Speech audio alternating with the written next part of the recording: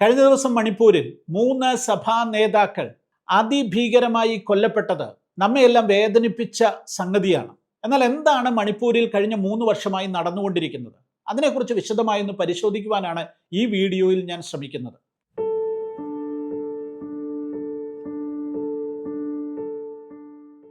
ഇന്ത്യയുടെ വടക്ക് കിഴക്കൻ അതിർത്തി സംസ്ഥാനമായ മണിപ്പൂർ 2023 മെയ് മാസം മുതൽ ആധുനിക ഇന്ത്യ കണ്ടിട്ടുള്ളതിൽ വെച്ച് ഏറ്റവും ദൈർഘ്യമേറിയതും രക്തരൂക്ഷിതവുമായ വംശീയ സംഘർഷങ്ങൾക്ക് സാക്ഷ്യം വഹിച്ചുകൊണ്ടിരിക്കുകയാണ്. 2 വിഭാഗങ്ങളാണ് ഇതിൽ ഉൾപ്പെട്ടിരിക്കുന്നത്, മെയ്തേയികളും കുക്കികളും. ഈ 2 വിഭാഗങ്ങൾക്കും ഇടയിലുണ്ടായ സംഘർഷങ്ങൾ സംസ്ഥാനത്തിന്റെ സാമൂഹ്യ ഘടനയെ തന്നെ സമ്പൂർണമായി മാറ്റിമറിച്ചിരിക്കുന്നു എന്നുള്ളതാണ് യാഥാർത്ഥ്യമായിട്ടുള്ള കാര്യം. 2026 മെയ് മാസത്തിൽ ഈ കലാപം 3 വർഷം പൂർത്തിയാക്കുകയാണ്. മണിപ്പൂരിലെ സ്ഥിതിഗതികൾ ഇപ്പോഴും അത്യന്തം സങ്കീർണവും സമാധാനം എന്നത് വിദൂരമായ ഒരു സ്വപ്നവുമായി തുടരുന്നു എന്നുള്ളതാണ് സമീപ സംഭവങ്ങൾ നമ്മുടെ മുൻപിൽ വ്യക്തമാക്കുന്നത്. ഈ വീഡിയോയിൽ മണിപ്പൂർ സംഘർഷത്തിന്റെ കാരണങ്ങൾ എന്തൊക്കെയാണ്, അതിൻ്റെ വിവിധ ഘട്ടങ്ങൾ ഏതൊക്കെയാണ്, ക്രൈസ്തവ സഭാവിശ്വാസികൾ അവിടെ നേരിട്ട അതിക്രൂരമായ പീഡനങ്ങൾ എന്തൊക്കെയാണ്, ഭരണകൂടത്തിന്റെ ഭാഗത്തു നിന്നുണ്ടായ ഗുരുതരമായ വീഴ്ചകൾ എന്തൊക്കെയാണ്, അഭയാർത്ഥി ക്യാമ്പുകളിൽ ദുരിതപൂർണമായ ജീവിതം അനുഭവിക്കുന്ന മനുഷ്യരുടെ അവസ്ഥ എന്തൊക്കെയാണ്, അതൊക്കെ വിശകലനം ചെയ്യുവാനാണ് ഞാൻ അല്പം ദൈർഘ്യമുള്ള ഈ വീഡിയോയിലൂടെ ശ്രമിക്കുന്നത്. ഒരു വംശീയ വിഭജനത്തിന്റെ ചരിത്രപരവും ഭൂമിശാസ്ത്രപരവുമായ പശ്ചാത്തലം നമ്മളൊന്ന് മനസ്സിലാക്കണം. മണിപ്പൂരിലെ സംഘർഷങ്ങളെ മനസ്സിലാക്കാൻ അവിടുത്തെ സങ്കീർണമായ ജനസംഖ്യാശാസ്ത്രവും ഭൂപ്രകൃതിയും പരിശോധിക്കേണ്ടതുണ്ട്. സംസ്ഥാനത്തിന്റെ ആകെ ഭൂവിസ്തൃതിയുടെ ഏകദേശം 10% മാത്രമുള്ള സംസ്ഥാന തലസ്ഥാനമായ ഇംഫാൽ താഴ്വര ജനസംഖ്യയുടെ 57% അധിവസിക്കുന്നത് ഈ ഒരു പ്രദേശത്താണ്. ഇവരിൽ ഭൂരിഭാഗവും ഹൈന്ദവ വിശ്വാസികളായ മെയ്തേയ് വംശജരാണ്. ഇതിന് നേർ വിപരീതമായി സംസ്ഥാനത്തിന്റെ 90% സ്ഥലം വരുന്ന മലയോര മേഖലകൾ, ആ മേഖലയിലാണ് ജനസംഖ്യയുടെ 43% വരുന്ന ഗോത്രവർഗക്കാരായുള്ള നാഗ, കുക്കി വിഭാഗങ്ങൾ പാർക്കുന്നത്. ഇവരിൽ ഭൂരിഭാഗവും ക്രൈസ്തവ വിശ്വാസികളാണ്. ബ്രിട്ടീഷ് ഭരണകാലം മുതൽ നിലനിന്നിരുന്ന നിയമപരമായ വിഭജനങ്ങൾ ഈ വംശീയ അകൽച്ചയ്ക്ക് ഹിന്ദു ക്രൈസ്തവ വിഭാഗങ്ങൾ തമ്മിൽ, അതുപോലെ ഈ മെയ്തി കുക്കി വിഭാഗങ്ങൾ തമ്മിലുള്ള വലിയ വിഭജനത്തിന് കാരണമായിട്ടുണ്ട്. 1960 Manipur land revenue act, land reforms act പ്രകാരം മലയോര ഗോത്രവർഗക്കാരുടെ ഭൂമി കൈമാറ്റം ചെയ്യുന്നതിന് കർശനമായ നിയന്ത്രണമുണ്ട്. മെയ്തേയ് വിഭാഗത്തിന് മലയോരങ്ങളിൽ ഭൂമി വാങ്ങാൻ നിയമപരമായി അതുകൊണ്ട് തന്നെ തടസ്സം നേരിടുന്നു. ഗോത്രവർഗക്കാർക്ക് അതുപോലെ തന്നെ ഇംഫാൽ താഴ്വരയിൽ ഭൂമി വാങ്ങുന്നതിനോ താമസിക്കുന്നതിനോ നിയന്ത്രണങ്ങളില്ല. അതായത് ഹൈന്ദവർ തിങ്ങിപ്പാർക്കുന്ന താഴ്വരയിൽ കുക്കികളായിട്ടുള്ള ക്രിസ്ത്യാനികളായിട്ടുള്ള ഗോത്രവർഗക്കാർക്ക് വന്ന് സ്ഥലം വാങ്ങുകയോ താമസിക്കുകയോ ചെയ്യാം. എന്നാൽ ഗോത്രവർഗക്കാർ പാർക്കുന്ന 90% ലാൻഡ് ഉൾപ്പെടുന്ന മലയോര മേഖലകളിലേക്ക് ഹൈന്ദവരായ മെയ്തികൾക്ക് വന്നു പാർക്കുവാൻ സാധിക്കത്തില്ല, അവിടെ സ്ഥലം വാങ്ങുവാൻ സാധിക്കത്തില്ല. ഇത് അടിസ്ഥാനപരമായ ഒരു പ്രശ്നമാണ്. എന്നാൽ മലയോര മേഖലയിലെ ജനങ്ങൾ, അതായത് കുക്കികൾ പറയുന്നത് തങ്ങളുടെ സാംസ്കാരിക അസ്തിത്വത്തെയും അവകാശങ്ങളെയും തകർക്കുന്ന തരത്തിൽ മെയ്തേയികൾ ഈ ദേശം പിടിച്ചടക്കുമോ എന്ന് തങ്ങൾ ഭയപ്പെടുന്നു. ഈ സംഘർഷം പൊട്ടിപ്പുറപ്പെടുന്നതിൻ്റെ കാരണങ്ങളൊന്ന് നോക്കാം. 2023 മെയ് 3 ഇത് ആരംഭിക്കുന്നത് ഹൈക്കോടതിയുടെ ഒരു വിധിയുടെ അടിസ്ഥാനത്തിലാണ്. 2023 ഏപ്രിൽ 14 വിധിന്യായമായിരുന്നു അത്. മെയ്തേയ് വിഭാഗത്തിന് പട്ടികവർഗ പദവി നൽകണമെന്ന ദശാബ്ദങ്ങളായിട്ടുള്ളൊരു ആവശ്യമുണ്ട്. ആ ആവശ്യം ഗവൺമെൻറ് പരിഗണിക്കണമെന്നായിരുന്നു കോടതിയുടെ നിർദ്ദേശം. അതായത് ഇതിൻ്റെ ഉള്ളിൽ കിടക്കുന്ന കാര്യം എന്തെന്ന് ചോദിച്ചാൽ, അങ്ങനെ ഗോത്രവർഗക്കാരായി അവരെ കൂടെ പരിഗണിച്ചാൽ അവർക്കും കുക്കികളുടെ ലാൻഡിലേക്ക് പ്രവേശിക്കുവാനുള്ള നിയമപരമായ തടസ്സങ്ങൾ മാറിക്കിട്ടുമെന്നുള്ളതാണ്. അവർക്ക് അവിടെ വരാം, അവിടെ പാർക്കാം, ഭൂമി വാങ്ങാം. അങ്ങനെയുള്ള ഒരു പരിഗണന അവർക്ക് ലഭിക്കുന്നതോട് ഗോത്രവർഗക്കാരായിട്ടുള്ള കുക്കികൾക്ക് അവരുടെ അസ്തിത്വം തന്നെ ചോദ്യം ചെയ്യപ്പെടുന്ന ഒരു സാഹചര്യങ്ങളിലേക്ക് കാര്യങ്ങളെത്തി. കോടതി വിധി മാത്രമല്ല കേട്ടോ അവിടുത്തെ പ്രശ്നങ്ങൾക്ക് കാരണം. അന്നവിടെ ഭരിച്ചുകൊണ്ടിരുന്ന BJPയുടെ എൻ ബിരേൻ സിംഗ് എന്ന് പറയുന്ന മുഖ്യമന്ത്രി, അദ്ദേഹത്തിൻ്റെ വാക്കുകളും അദ്ദേഹത്തിൻ്റെ നയങ്ങളും നടപടികളുമെല്ലാം കുക്കികളെ വല്ലാതെ പ്രകോപിപ്പിച്ചു. വനസംരക്ഷണത്തിൻ്റെ പേരിൽ മലയോരങ്ങളിലെ കുക്കി ഗ്രാമങ്ങളിൽ നിന്ന് ആളുകളെ കുടിയിറക്കാൻ സർക്കാർ ശ്രമിച്ചത് വലിയ പ്രതിഷേധങ്ങൾക്ക് കാരണമായി. മാത്രവുമല്ല, അദ്ദേഹം വളരെ രൂക്ഷമായ ഭാഷയിൽ കുക്കികൾ അനധികൃത കുടിയേറ്റക്കാരാണെന്നും മയക്കുമരുന്ന് വ്യാപാരികളാണെന്നും വനഭൂമി കൈവശം വെച്ചിരിക്കുകയാണെന്നും ഒക്കെ പരസ്യമായി പറഞ്ഞത് വലിയ പ്രകോപനമായി മാറി എന്നുള്ളതാണ്. അവരുടെ ഉള്ളിൽ, കുക്കികളുടെ ഉള്ളിൽ ആഴത്തിലുള്ള മുറിവുണ്ടാക്കുവാൻ ഇതൊക്കെ കാരണമായി മാറി. അയൽ രാജ്യമായ മ്യാൻമറിൽ നിന്നുള്ള അനധികൃത കുടിയേറ്റമാണ് സംസ്ഥാനത്തിന്റെ ജനസംഖ്യാ സന്തുലിതാവസ്ഥയെ തകർക്കുന്നതെന്നാണ് സർക്കാരിന്റെ ആരോപണം. ഇത് തങ്ങളുടെ വംശത്തെ ഉന്മൂലനം ചെയ്യുവാനുള്ള ഒരു തന്ത്രമാണെന്ന് കുക്കി വിഭാഗം തിരിച്ചടിച്ചു.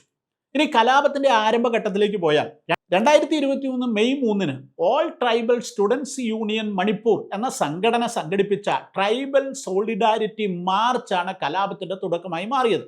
ഹൈക്കോടതി വിധിക്കെതിരെ മലയോര ജില്ലകളിൽ നടന്ന ഈ പ്രകടനം ചുരാചന്ദ്പൂർ ജില്ലയിലും വിഷ്ണുപൂർ ജില്ലയ്ക്കും ഇടയിലുള്ള അതിർത്തി മേഖലകളിൽ വെച്ച് അക്രമാസക്തമായി മാറി. മിനിറ്റുകൾക്കുള്ളിൽ അക്രമം സംസ്ഥാനം മുഴുവൻ പടർന്നു പിടിച്ചു. ഇംഫാൽ താഴ്വരയിൽ താമസിച്ചിരുന്ന കുക്കി വംശജരുടെ വീടുകൾ മെയ്തൈ അക്രമി സംഘങ്ങൾ ലക്ഷ്യം വെച്ചു. മലയോരങ്ങളിൽ വസിച്ചിരുന്ന മെയ്തൈ വിഭാഗക്കാരെ കുക്കികൾ തിരിച്ചാക്രമിച്ചു. കലാപത്തിന്റെ ആദ്യ ആഴ്ചയിൽ തന്നെ സമാനതകളില്ലാത്ത ക്രൂരതകൾക്കാണ് മണിപ്പൂർ സാക്ഷ്യം വഹിച്ചത്. ഇവിടെ ഗവൺമെന്റിന് ഇത് അടിച്ചമർത്താൻ സാധിക്കുമായിരുന്നു. എന്നാൽ ഗവൺമെന്റ് അനങ്ങിയില്ല. ഇംഫാലിലെ കുക്കി കുടുംബങ്ങളെ വീടുകളിൽ നിന്ന് വലിച്ചിഴച്ച് കൊലപ്പെടുത്തുകയും വീടുകൾക്ക് തീയിടുകയും ചെയ്തു. പോലീസിന്റെ ആയുധപ്പുരകളിൽ നിന്ന് മെയ്തൈ വിഭാഗത്തിലെ ചില തീവ്രവാദി സംഘടനകൾ ആധുനികമായ ആയുധങ്ങൾ കവർന്നെടുത്തു. ഏകദേശം 6000-ഓളം റൈഫിളുകളും ലക്ഷക്കണക്കിന് വെടിയുണ്ടകളും ഇത്തരത്തിൽ കവർ ചെയ്യപ്പെട്ടതായി റിപ്പോർട്ടുകൾ സൂചിപ്പിക്കുന്നു. ഇത് വെറും ഒരു വംശീയ ലഹള എന്നതിലുപരി ഒരു ആഭ്യന്തര കലാപത്തിന്റെ, ഒരു സിവിൽ വാറിന്റെ അവസ്ഥയിലേക്ക് കാര്യങ്ങളെ മാറ്റി.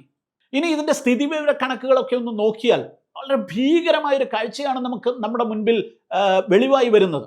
ഔദ്യോഗികമായ കണക്കുകൾ പ്രകാരം 258 പേരാണ് കലാപങ്ങളിൽ മരിച്ചത്. എന്നാൽ അനൗദ്യോഗികമായി പറയുന്നത് 300-ലധികം ആളുകൾ കൊല്ലപ്പെട്ടു എന്നാണ്. 1000-ലധികം ആളുകൾക്ക് മാരകമായ പരിക്കേറ്റു. ഭൂരഹിതരായി തങ്ങളുടെ വീടും തങ്ങളുടെ വസ്തുക്കളും സമ്പത്തുമെല്ലാം ഉപേക്ഷിച്ച് പലായനം ചെയ്യേണ്ടി വന്നവർ 60,000-ലധികമാണ്. അയൽ സംസ്ഥാനങ്ങളിലെ ദുരിതാശ്വാസ ക്യാമ്പുകളിൽ ഇവർ പാർക്കേണ്ടി വരുന്നു. വീടുകൾ നഷ്ടപ്പെട്ടത് 4786 കുടുംബങ്ങൾ കൊണ്ട് ആണ്.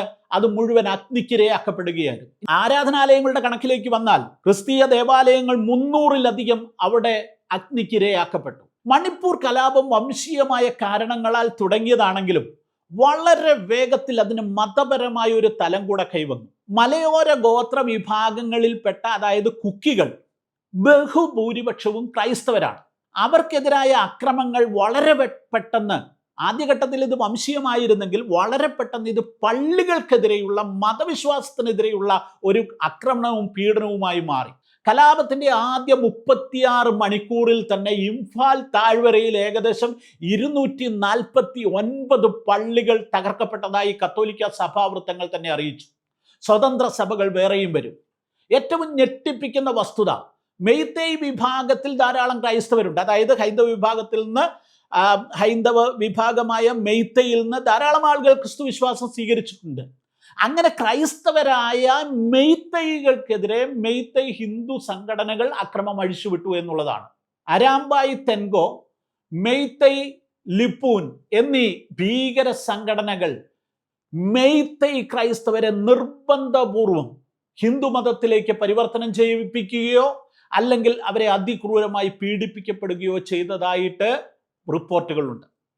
ബൈബിളുകൾ പൊതുസ്ഥലത്തിട്ട് കൂട്ടിയിട്ട് കത്തിച്ചു.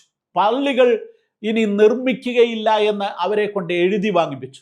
നിരവധി ആരാധനാലയങ്ങൾ തകർത്ത് കളഞ്ഞു.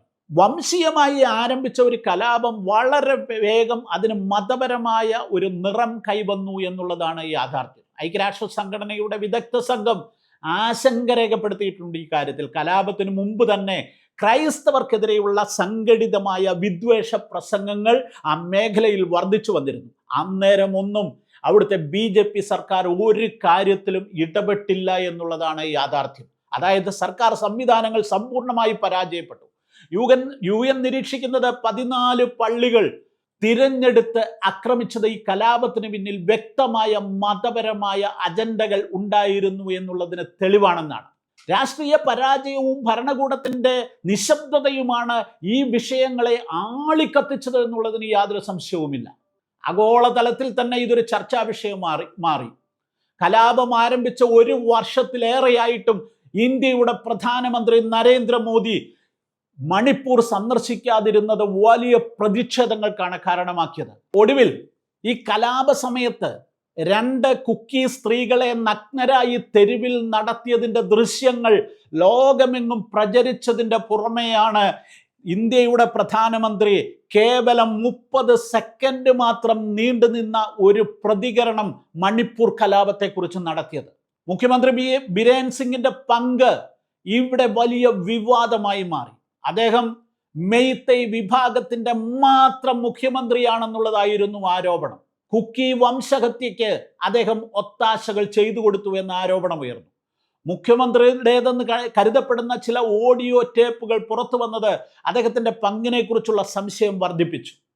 20 മാസം നീണ്ടുനിന്ന രാഷ്ട്രീയ അനിശ്ചിതത്വത്തിനൊടുവിൽ 2025 ഫെബ്രുവരിയിൽ മാത്രമാണ് ബിരേൻ സിംഗ് എന്ന് പറയുന്ന ഈ മുഖ്യമന്ത്രി രാജിവെച്ച് സംസ്ഥാനത്തിന്റെ ഭരണം രാഷ്ട്രപതി ഭരണത്തിലേക്ക് വന്നത്. കേന്ദ്ര ആഭ്യന്തരമന്ത്രി ഇതിനിടയിൽ മണിപ്പൂർ സന്ദർശിക്കുകയും സമാധാന ചർച്ചകൾക്ക് നേതൃത്വം നൽകുകയൊക്കെ ചെയ്തെങ്കിലും അവിടെ ഒന്നും പ്രായോഗികമായി വിജയിച്ചില്ല എന്നുള്ളതാണ് യാഥാർത്ഥ്യം. സൈന്യത്തെ വിന്യസിപ്പിച്ചെങ്കിലും ബഫർ സോണുകൾ കാക്കാൻ മാത്രമേ സൈന്യത്തെ കൊണ്ട് സാധിച്ചുള്ളൂ. കലാപകാരികളുടെ കയ്യിലുള്ള ആധുനിക ആയുധങ്ങൾ പിടിച്ചെടുക്കുന്നതിനോ വംശീയമായ അകൽച്ച കുറയ്ക്കുന്നതിനോ സർക്കാർ സംവിധാനങ്ങൾ പരിപൂർണമായും പരാജയപ്പെടുന്ന കാഴ്ചയാണ് നമ്മൾ കണ്ടത്. ഇനി ഈ സംഭവങ്ങളുടെ സമയക്രമം ഒന്ന് നോക്കിയാൽ 2023 മെയ് 3 കലാപം ആരംഭിക്കുന്നു. ബിരേൻ സിംഗ് സർക്കാർ ക്രമസമാധാനം നിയന്ത്രിക്കുന്നതിൽ പരാജയപ്പെട്ടു പോകുന്നു. 2023-24 കാലഘട്ടത്തിൽ ഇന്റർനെറ്റ് നിരോധിക്കപ്പെട്ടു. ലോകത്തിലെ തന്നെ ഏറ്റവും ദൈർഘ്യമേറിയ ഇന്റർനെറ്റ് ഷട്ട് ഡൗണായി ഇത് ചരിത്രത്തിൽ രേഖപ്പെടുത്തപ്പെട്ടു. 2025 ഫെബ്രുവരി 9 ബിരേൻ സിംഗ് രാജിവെക്കുന്നു. ഭരണപരമായ അനിശ്ചിതത്വം രൂക്ഷമാകുന്നു. 2025 ഫെബ്രുവരി 13 രാഷ്ട്രപതി ഭരണം കേന്ദ്രം നേരിട്ട് സംസ്ഥാനത്തിന്റെ ഭരണം ഏറ്റെടുക്കുന്നു. 2025 സെപ്റ്റംബർ 13 പ്രധാനമന്ത്രി ആദ്യമായി അവിടേക്ക് സന്ദർശനം നടത്തുന്നു. കലാപം തുടങ്ങി 28 മാസങ്ങൾക്ക് ശേഷമുള്ള ഒരു സന്ദർശനമായിരുന്നു ഇതെന്ന് നമ്മൾ മനസ്സിലാക്കേണ്ടിയിരിക്കുന്നു. 2026 ഫെബ്രുവരി 4 അവിടെ പുതിയ സർക്കാർ ഖേംചന്ദ് സിംഗിന്റെ നേതൃത്വത്തിൽ അധികാരം ഏറ്റെടുത്തു. ഇതാണ് അതിൻ്റെ ഒരു നാൾ വഴിയായിട്ട് നമുക്ക് മനസ്സിലാക്കുവാൻ സാധിക്കുന്നത്. ഇപ്പോൾ അവസാന സംഭവം ബാപ്റ്റിസ്റ്റ് സഭയുടെ 3 നേതാക്കൾ ക്രൂരമായി വധിക്കപ്പെട്ടിരിക്കുന്നത് മെയ് മാസം 13-ാം തീയതിയാണ്. ഇനി നമ്മൾ നോക്കേണ്ടത് 60,000-ഓളം വരുന്ന ആളുകൾ പാർക്കുന്ന അഭയാർത്ഥി ക്യാമ്പുകളുടെ അവസ്ഥയാണ്. 3 വർഷമായിട്ട് ഈ ആളുകൾ താൽക്കാലികമായ അഭയാർത്ഥി ക്യാമ്പുകളിൽ കഴിയുകയാണ്.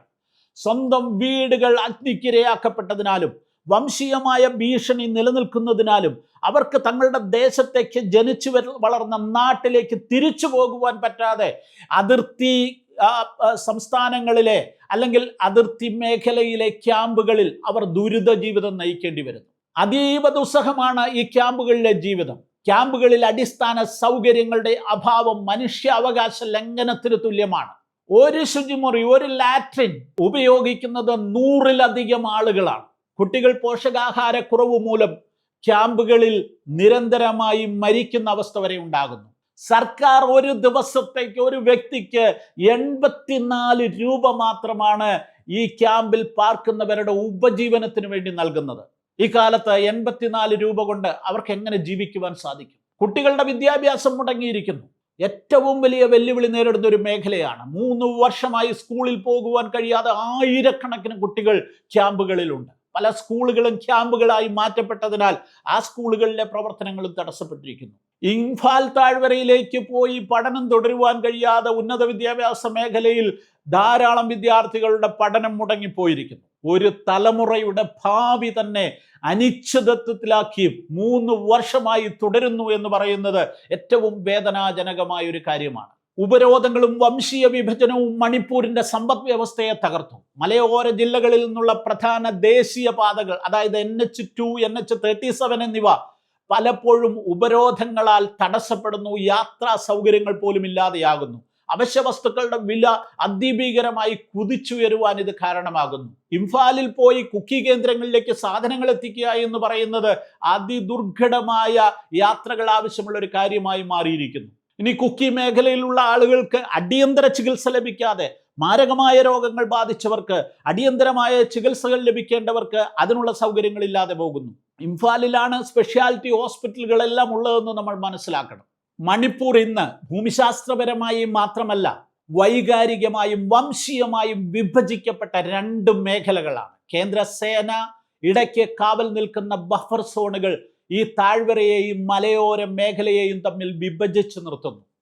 ഒരു മെയ്തേയ് വംശജന് കുക്കി മേഖലയിലേക്കോ ഒരു കുക്കി വംശജനില് ഇംഫാലിലേക്കോ കടന്നു വരുന്നതിന് സാധിക്കുന്നില്ല. അത് മരണതുല്യമായ കാര്യമായി മാറിയിരിക്കുന്നു. ഇത്തരം ഒരു വംശീയ വിഭജനം സ്വതന്ത്ര ഇന്ത്യയുടെ ചരിത്രത്തിൽ സമാനതകളില്ലാത്തതാണെന്നുള്ളതാണ് യാഥാർത്ഥ്യം. ഈ വിഭജനം സർക്കാർ ഉദ്യോഗസ്ഥന്മാരെയും ബാധിച്ചിട്ടുണ്ട്. കുക്കി വംശജരായ ഉദ്യോഗസ്ഥർക്ക് ഇംഫാലിൽ പോയി ജോലി ചെയ്യുവാൻ സാധിക്കത്തില്ല.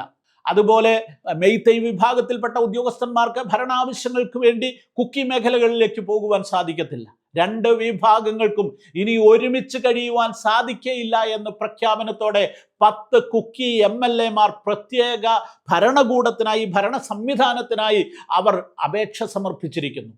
കേന്ദ്ര സർക്കാരിനെ അതിനുവേണ്ടി അവർ സമീപിച്ചിട്ടുണ്ട്. എന്നാൽ ഇത് മണിപ്പൂരിന്റെ അഖണ്ഡത തകർക്കുമെന്ന നിലപാടിലാണ് മെയ്തേയ് വിഭാഗമുള്ളത്. സമാധാനം ഈ 2026 മെയ് മാസം അവസാനമാകുമ്പോഴും ഒരു തരത്തിലും സാധ്യതകളില്ലാത്ത ഒരു കാര്യമായി മാറിയിരിക്കുന്നു. 2026 മെയ് മാസത്തിൽ കുക്കി മേഖലയിൽ അക്രമങ്ങൾ റിപ്പോർട്ട് ചെയ്യപ്പെടുന്നുണ്ട്. സമാധാന ചർച്ചകൾക്കായി മുന്നിട്ടിറങ്ങിയിരുന്ന ഒരു സഭയുടെ നേതാക്കൾ പോലും ക്രൂരമായി വധിക്കപ്പെടുന്നത് ഈ സാഹചര്യത്തിൻ്റെ ഗൗരവം നമ്മളെ പൂർണ്ണമായും മനസ്സിലാക്കുവാൻ സാധിക്കുന്നതാണ്.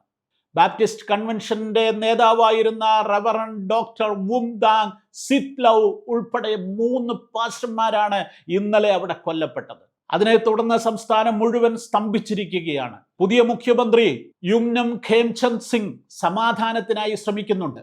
അദ്ദേഹം അതിനുവേണ്ടിയുള്ള ചില പ്രസ്താവനകളൊക്കെ തുടങ്ങിയിട്ടുണ്ട്. കുക്കി വിഭാഗം അദ്ദേഹത്തിന്റെ സർക്കാരിനെ വിശ്വാസമർപ്പിക്കുവാൻ ഇതുവരെ തയ്യാറായിട്ടില്ല എന്നുള്ളതാണ് യാഥാർത്ഥ്യം. അവിശ്വാസത്തിൻ്റെയും വെറുപ്പിൻ്റെയും മതിലുകൾ അത്രത്തോളം ആഴത്തിൽ പടുത്തുയർത്തപ്പെട്ട് കഴിഞ്ഞു.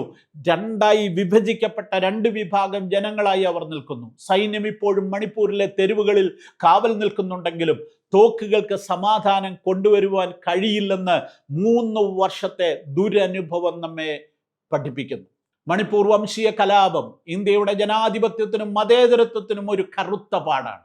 വംശീയ വിദ്വേഷവും രാഷ്ട്രീയ താല്പര്യങ്ങളും ചേർന്ന് ഒരു ജനതയെ എങ്ങനെ തകർക്കുമെന്ന് മണിപ്പൂർ നമുക്ക് കാണിച്ചു തരുന്നു.